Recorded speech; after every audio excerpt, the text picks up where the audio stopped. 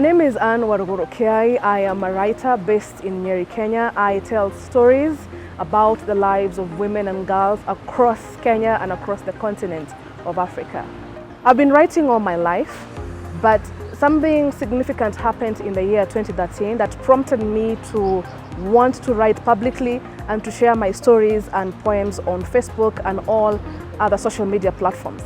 In 2013, there was an increase on the number of defilement cases in Naivasha.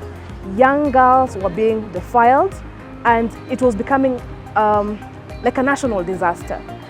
So in those interviews, the girls would be asked to share their experiences or to kind of try and explain what was happening to them. And these young girls would say, and I quote, "That person did bad manners to me." Or in Swahili they would say, "Huyo mtu alinifanyia bad manners." And I used to think to myself, this bad manners has a name. This bad manners is an action that dramatically or traumatically changes the life of women and girls across the world. But why are these young girls not calling it out as defilement as they should? And it hit me. We don't talk about our bodies as we should. We don't talk to our girls and our women about our bodies as they are and as it should. So I was inspired by those young girls to go on Facebook and Twitter and launch a platform called the Village Girl Thoughts and Dreams, where I tell stories about the bodies of women, about what would be referred as taboo topics and discussions of women. I talk about our pregnancies, I talk about postpartum depression, I talk about sexual assault and what that means in the life of women. So for me, the women, those young girls in Naivasha who could not express themselves clearly on what was happening to them, prompted me to be the voice that clearly articulates in black and white the lives and the stories of women across Kenya and across the continent of Africa. It's very interesting. When you write for everyone, but when I look at the engagement levels, I tend to attract a lot of women from across the continent of Africa who are aged between 25 and 45 years. And the main areas of discussions are on womanhood, our work-life balance, our beauty as women, our experiences as mothers, the challenges of motherhood, what happens to us when we give birth, issues like postpartum depression, which really also affected me. So my main engagement level or my main audience has been women on the online platforms, aged between 25 and 45, who just want a community, a free of charge community where they are allowed to be themselves, to share their opinions, to advise each other, and to just create a bond of sisterhood on an online space. In 2020, something very beautiful happened to me. I gave birth to a very beautiful girl called Nuru, but it also came with its fair of challenges because I was shortly later diagnosed with postpartum depression.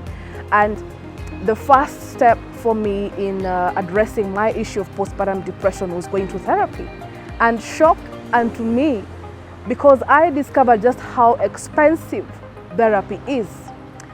Such a crucial healing process for women, for millions of women across the world. Such a necessary tool of healing is so expensive and so inaccessible to many women across the world, and that is what I discovered. So my response was to go on Facebook and to journal my experience going through postpartum depression. And amazingly, the engagement and the feedback that I got from so many women in Kenya and from across the continent of Africa was just special. So many women just wanted a platform to say, I have gone through this. I did not get therapy, but this platform, this Village Girl Thoughts and Dreams platform, when you tell your story, I get to relate with it. And I would put up the stories about how I'm coping, how I am trying to just improve my self-esteem, my beauty as a woman, my perception.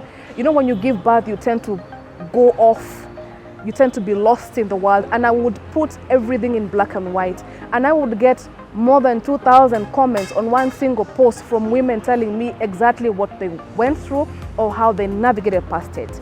But one specific case that caught my attention is one lady who, for the purposes of this video, I will refer to her as Nancy. Nancy reached out to me on my messenger, and she was going through postpartum depression. She did not have a support system. She was even barely meeting her basic needs as a young mother. And I was able to walk her through the process, by like sharing my own experiences. I was able to link her up to a therapist, and we would engage on a daily basis until the point where she was able now to regain control of her life and get some semblance of control and feelings of self-importance and self-worth and self-awareness back in her life. So for me, my ability to write about postpartum depression without the shame that comes with it, without the pressure that comes with it, and having thousands of women relate with my stories and also share their stories to help other women has been the highlight of my journey as a writer in Kenya. Yeah. As a writer, my sole responsibility is to reflect the morphing nature of our society. I write what I see, I write what I feel, I write what is all around me. And post-COVID, one of the things that I have learned is that I need to write more about the human nature, about our humanity. I need to write more about empathy. I need to write more about the ordinary experiences of women and girls across the continent of Africa. For the longest time, our stories have not been told right. For the longest time, we have not been in charge of telling our stories as women and girls.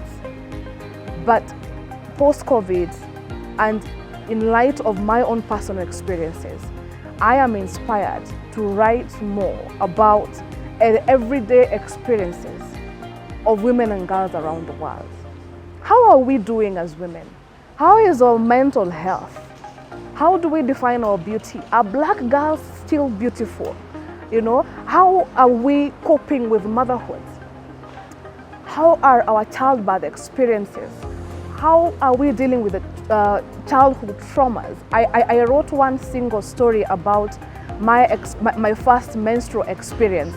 And shock unto me, I had more than 2,000 women coming up to me and telling me that their first menstrual experience was traumatic. It affected their self-esteem. It affected how people looked at them. They were laughed at, they were mocked. Such a natural process. And for me, I am committed to writing more about those stories because I have realized that the power of words is quite immense. Specifically, when I wrote about the story on our menstrual journey as women and how raw it was about my own experience, I have seen legislators now coming up and wanting to have candid conversations about the lives of women and the natural processes that our bodies go through. I saw a senator walk in with stained pants, and I said, okay, maybe she read my posts. Maybe Senator Gloria Aroba read my post about the need to talk and inspire women into sharing the stories of what they went through in their first menstrual period, and how best we can navigate and help young girls navigate through these processes. So when I see the engagement on such topics, when I see legislators coming up to also amplify the voice, I am inspired to keep on writing. I am in the process of writing my first collection of poetry book.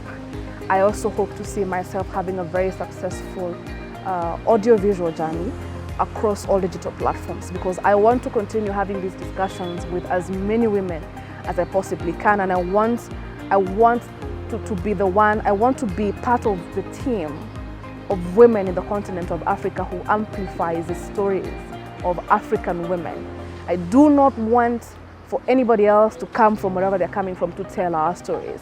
And so the only way that I can effect that change is if I take a proactive leading role in going back to the villages and having conversations with women and girls on their lives and asking them once and for all something that has been missing for decades. Who are you? What are you doing? What inspires you? What makes you be the woman that you are? What makes you the young girl that you are? What would you want to be? How do you perceive yourself? That has been the missing link for so many years in the stories of women and girls in Kenya and across the continent of Africa. You know, I'll have to admit, everyone who has been nominated for the Zuri Awards is just phenomenal. I am inspired by their stories. I have read their bios. They're making tremendous impact. And that is quite humbling for me. And I want to be part of that community of phenomenal women, impactful women, making changes around their communities. I want to be with the tribe that finally tells the African stories, and like the story of African women, the way it's supposed to be told. As a writer, I am committed to ensuring that the success stories of women are told. I want to celebrate, and I endeavor to celebrate each and every achievement made by women in different spheres, whether big or small. I am also into counting. I am one person who will walk into a room and the first thing I do is to ensure that women and girls are present. Because we cannot have a discussion around equity if we are not being seen and not being heard. Through the power of words, I will ensure, as I am currently doing, that women are seen and heard, that their voices are present and amplified and celebrated and honored and documented for posterity. Thank you so much to the organizers and vision bearers of Zuri Awards. This beautiful initiative is a reminder on the importance of counting and documenting and celebrating the achievements of women. This beautiful initiative, in my eyes, is one more effort to count the progress and to tell the women of Kenya, we see you, we celebrate you, we honor you, you are important, you are enough. For being the vision bearers that get to do that to the African women and Kenyan women, thank you so much.